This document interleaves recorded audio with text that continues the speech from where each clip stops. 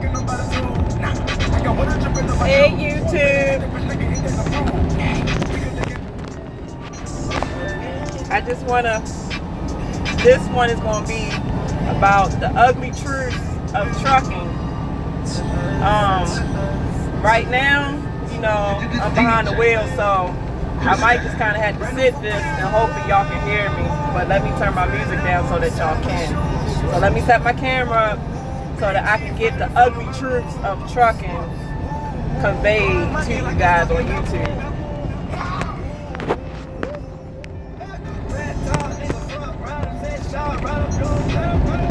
Now, the ugly truths as far as trucking, in my opinion, one is hygiene. Now, I don't care if you a guy or a woman, if you a clean person, if you used to taking showers and baths every day, I mean, it's no way that you can love being out here not getting your showers or taking a bath every day and things like that. And then also too, home time. Obviously when you are OTR driver, you're never really home, especially if you lease. In my current situation, I lease. So I might go home like, I mean, it's up to me when I want to go home, but obviously the whole purpose to be out here is to get paid. So I'm not going to be out here and not making money, or I'm not going to go home just to not make money. But then you got to question yourself, what's more valuable, your family or money? So, you know, you kind of struggle with that too, even though there's no struggle in the answer. For me, my family is why I'm out here, and I'm sure that's why a lot of people are out here. But it's hard juggling time with, especially if you have children, juggling time with like children, husband, wife, and so. Like this past week, my aunt just died, and when she died, you know, I was like 1,000 miles out. So it was so to the point to where I couldn't make the funeral because I was too far out, and that was really a close aunt of mine. So that really touched me dear to my heart. So that's one of the things of the ugly truth of trucking. If something bad happens, and you're, say, like I'm from Maryland, I'm from Baltimore. Say I'm from Baltimore and something happens and they got me a load that's all the way in Wyoming, like not too long ago where I was. Wyoming to Baltimore, that's almost like, that's like 2,200 miles. So that's, as far as, you know, dealing with your logs, that's about 3 to 4 days, depending on how you log it right. So I would have to say, one of the ugliest truths about trucking is family time, home time, and dispatchers, hygiene, even down to how you have to use the restroom or not use it. Because I mean, there's two options. Either you can use the public restroom, which is disgusting, or like me, like I had made a video and one guy had put a comment saying, I know you got a shit bucket on your truck. You goddamn right I do. And I ain't ashamed to say it or embarrassed to say it. I have a fucking shit bucket on my truck. So what? And I don't have to use their public restroom. Sit on that disgusting toilet, praying to God and hoping you don't catch nothing from the toilet. So I'll use a shit bucket any day to keep from sitting my ass on a public restroom toilet. I mean, but when it comes to hygiene though, it's no excuse, because even though I say I have a load that might be a tight run to where I don't have time to stop, I even have a wash up bucket. I have, like, you know how southern people have like a wash up tin, like a tin pan. I bought one of them tin pans from Walmart, and I can fit like half of my body in there. So shit, all I need is about 2 gallons of water and get like a coffee pot. So you just put like a couple pots of hot, you know, the coffee pot to give you hot water, and bam, shoot, that's like a mini bath. So it's no excuse to be walking around here smelling like garbage, and who did it and why did they do it. So shoot, I even brush my teeth on this truck. All you need is a bottle of water and a cup, your toothpaste, your toothbrush, and you get the brushing and shoot. Where there's a will, there's a way. But that's one of the ugly truths. Even though you can adapt, even though you can compromise and make it work, that's not to say that you like it, because I don't like it. I'm not gonna lie to you, I'm getting to burnout stage to where, like, I still like my job, but I could use a vacation. I really could, because I work so hard. I might be out here for 2 months at a time hustling, just getting it, you know. But I'm paying for it because I'm starting to burn out a little bit. So you can burn out sometimes. Like I said, you know, you get to the point like you losing family members or something might happen. So you might go through depression. You know, another thing is fatigue. You know, you trying to hustle. Like, these dispatchers be thinking that a 10-hour break is good enough to be fully rested, and sometimes it's not. But there's a lot of times where I need to sleep past that 10-hour break to be safe behind this wheel, and I do. And they do send me stuff on the Qualcomm like, hey, are we about to roll? Yes, we about to roll, but you know, I'm tired. I have to get just a little bit more so I can be, you know, safely rested behind this wheel, because that ain't no joke, driving a 53-foot 13.6 vehicle and you doing like this. I mean, that's how it be. When I get that tired, that's how it gets. It gets to where I just be trying to shake it off, and you ain't shaking tired off. The only thing that's gonna get fatigue off of you is take your tail in that bunk and go to sleep. So, and then another ugly truth too, that kind of, it will make you second guess as a lease person, is when you have an emergency, or just say you just want to go home because you want to spend time with your family, you know, you going in a hole. Because like I said before, I have my lease payment is like $1,033 a week. So when I go home, that payment don't stop. So say I go home for a week, my fixed cost is about $1,300 total. So when I go home, that $1,300, when I come back out, I still have to cover that. So when I come out that next following week, whatever that I work has to go towards taking down my negative balance. So most likely when I come back out, I probably won't see a check for a week to 2 weeks. Like, I probably won't start seeing a profit until like my 3rd week out. But it wouldn't be like that if I was teaming. That's why it's always good if you can team with your spouse or team with somebody in the same household. But that's another topic. But as a solo person, you know, when you go home as a lease, you know, you got to work your way out. That's why a lot of people will end up trying to go from lease to team.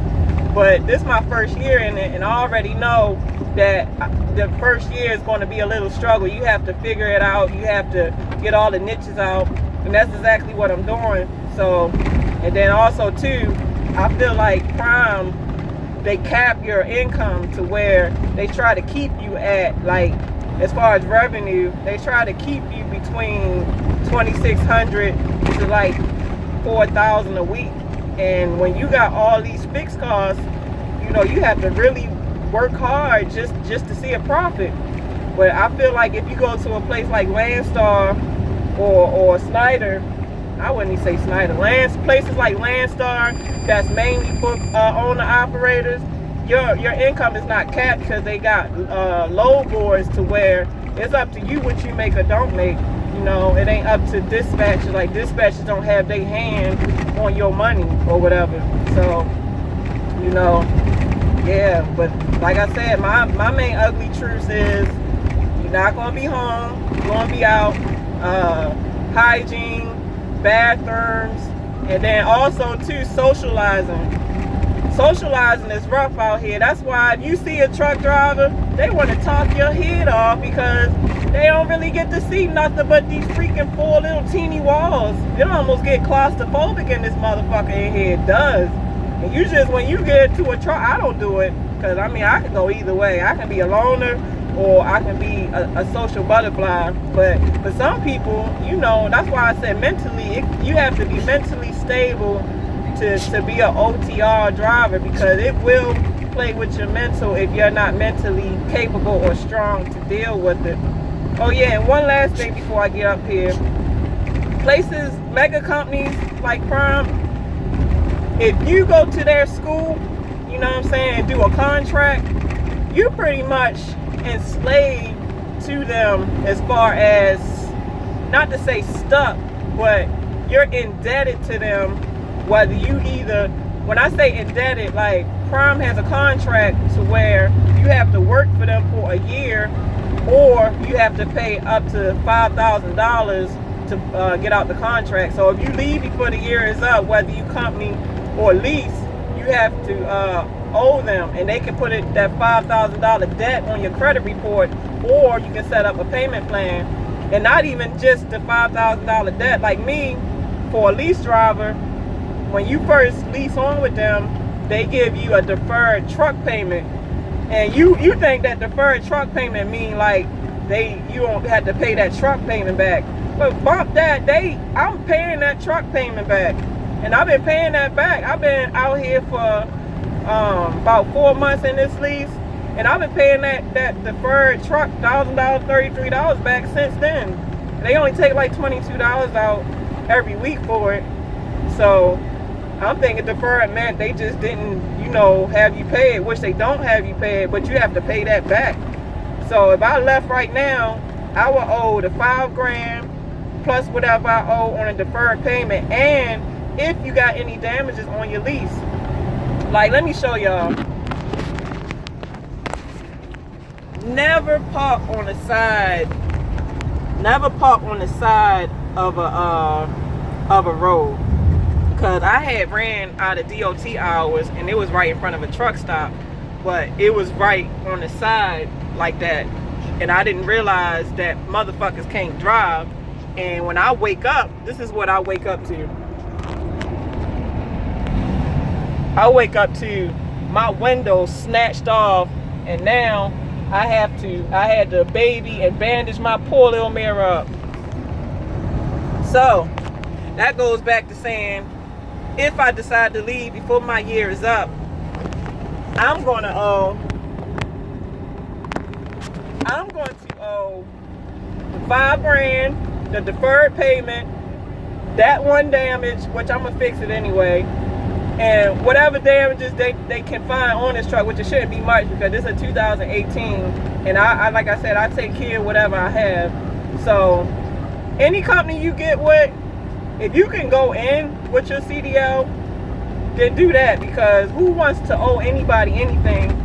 Like, most states have it to where you can go to the unemployment office, and the unemployment office have state funds to where they will pay for your CDL school, or you can study the CDL book, go take your permit test, and if you know somebody that'll let you hold their truck to go do the driving test, you know, you can get your CDL for free that way, and then go on to a company. Because if you go into a company where it's a contract, like I said, you indebted to them. Either you have to grit your teeth and grind your year out like I'm doing, or you can just take a hit and take that on your credit report. But you also too have some companies that they just need drivers so bad that if you explain to them, they will buy you out your contract. But it's hard to find them. Like, you really got to do your research and really find out who would do that and who won't. So like I said, if you're a beginner driver and you're thinking about becoming a truck driver, be prepared for what comes with this, because this lifestyle is not a cakewalk. It's not peaches and cream. It's not cupcakes. It ain't none of that. You really gotta, it's all about your grind hustle. Like, you have to really want this. If you're not gonna want this, this is gonna break you. Like, you really get broken in as a driver, and it either make or break you. And it's I'm in the middle. I'm getting broken, but I feel like I'm making it as well. So I'm really pushing until I can get to where I'm trying to be. Like, my goal is to finance my truck, because obviously when you finance your truck, most of your revenue is your profit.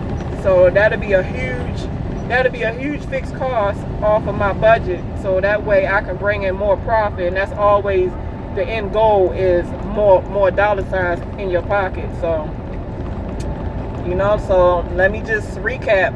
The main ugly truths of trucking is it plays with your mental hygiene, takes away family time. Some of these companies can use and abuse you when it comes to just like contracts, or like you really have to know the game of trucking, and you gotta really love what you do, and don't come out here just for a paycheck. This has to be a passion, because if it's not a passion, like I said, you're not gonna last. So that's just my opinion and my intake on how I feel about just the ugly truths of this field and industry. So time is of the essence. I hope you make better time of it. And tell Petey bye. That's my new baby. So talk to y'all soon.